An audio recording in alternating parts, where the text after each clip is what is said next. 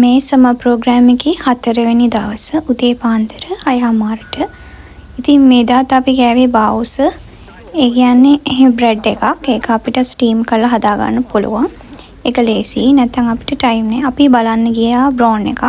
Drone එකට කොහොමද fertiliser දාලා එහෙම නැතිනම් පෙස්ටිසයිඩ්ස් දාලා කොහොමද ඒක අපි ඔපරේට් කරන්න කියලා තමයි එතනදී අපිට කියලා දුන්නේ. ඒකෙදි ඩ්‍රෝන් එක ඇතරම මේ හරිම ඊසි ඇග්‍රිකල්චර් වලට ඉස්සර අනාගතදී සහ දැනටත් පාවිච්චි කරන මොඩර්න් ටෙක්නොලොජි එකක්. ඉතින් ඩ්‍රෝන් එකේදී ඇතරම ඒගොල්ලෝ අපිට පෙන්නුවා ඇතරම හරි ඊසි. කියන්නේ ගිහිල්ලා ආයෙතනින් නැවතිලා ආයේ අනිත් පැත්තට එන්න ඒක ලයින්ස් වගේ අපි ෆීල්ඩ් එක කැප්චර් කරනවා. එතන තියෙන සිස්ටම් එකකින්. එතකොට ඒක හරි ලේසි කරන්න.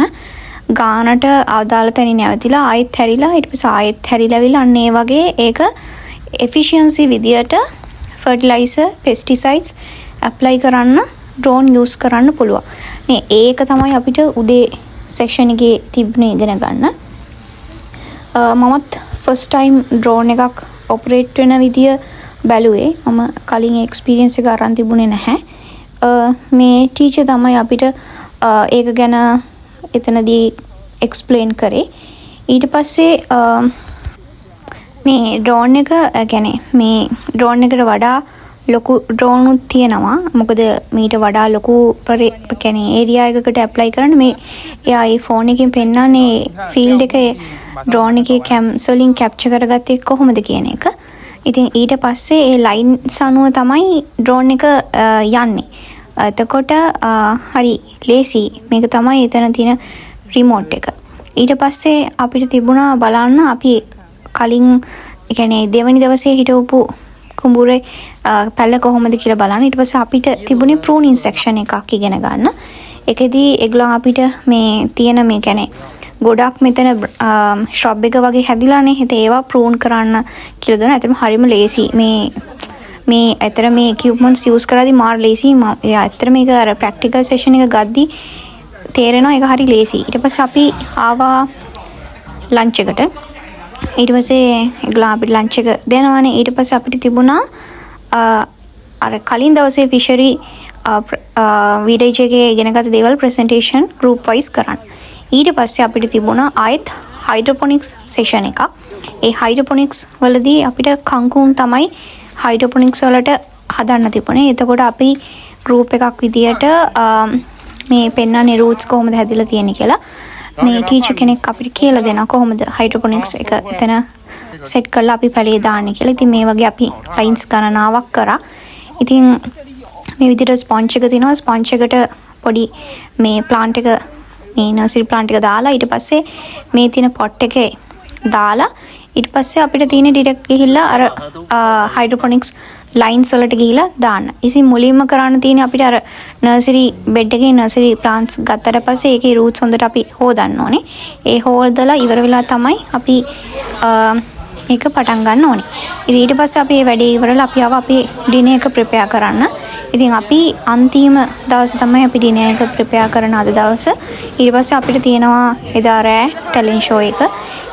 ඒකෙදී අපේ ගෲප් වයිස් සහ ගෲප් වයිස් තමයි ගොඩක් තිබුණේ. ඊට පස්සේ අපි ප්‍රොෆෙසර් කිව්වා අන්තිමට ඔයගොල්ලෝ කැමති දේවල් කරන්න කියලා. ගොඩක් කලාවට දැන් අපි ඉන්ටර්නැෂනල් ස්ටුඩන්ට්ස්ලා හින්දා අපි වෙනුවෙන් චයිනීස් ස්ටුඩන්ට්ස්ලා සිං කරා. සහ මට chance එකක් හම්බුණා සිං කරන්න චයිනීස් song එකක්. ප්‍රොෆෙසර් රික්වෙස්ට් කරා සහ ස්ටුඩන්ට්ස්ලා රික්වෙස්ට් කරා බැචලර් ස්ටුඩන්ට්ස්ලා. මොකද මේ දවස් ටිකේ හරිම එකමුතු වුණා. ඒගොල්ලන් ඔක්කොම දෙනා ඉතින් හරිම යාළුවෝ වගේ. ඉතින් ඒ නිසා විශේෂයෙන් මගේ ගෲප් එකේ කට්ටිය ඒගොල්ලන් හරිම ෆ්‍රෙන්ඩ්ලි ඒ හැමදේම කරා. ඉතින් මට හැමදේම ට්‍රාන්ස්ලේට් කරලා කියලා දීලා. ඉතින් මේක ගෲප් එකකින් කරපු එක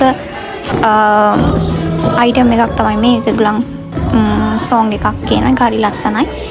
ඉතින් මේ විදිහට තමයි මේ ප්‍රෝග්‍රෑම් එක තිබුණේ.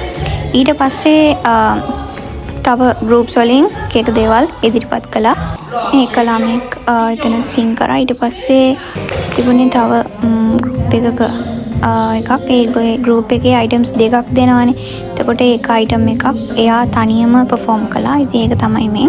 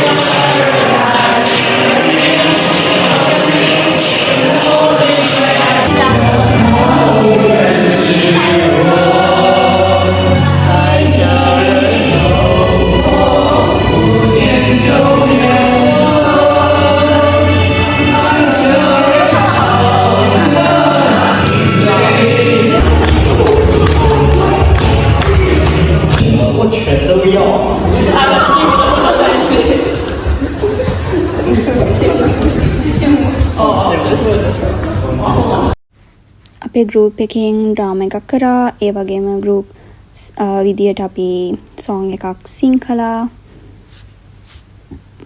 ඊට පස්සේ මම vote of thanks කරා. ස්පීච් එකක් කරා අන්තිමට. 竟然变成了七口之华，这样的小美人鱼按杰克不幸去世了。小美人鱼虽然变成。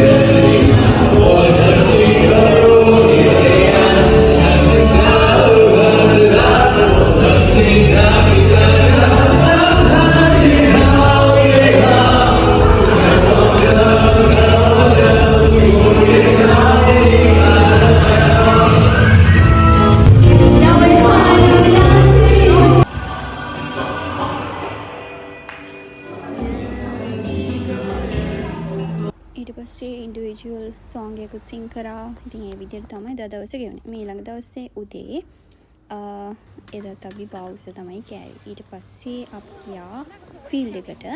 අපි ෆීල්ඩ් එකට ගියේ සීට් ටෙස්ට්. ඊට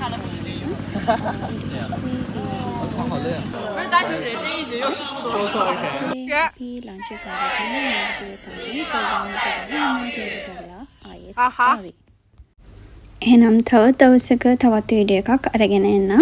මේ විදියට තමයි මම සමර් ප්‍රෝග්‍රෑම් එකේ වීඩියෝස් ටික ඔයගලන්ට අප්ලෝඩ් කරලා ඉවර වුණේ.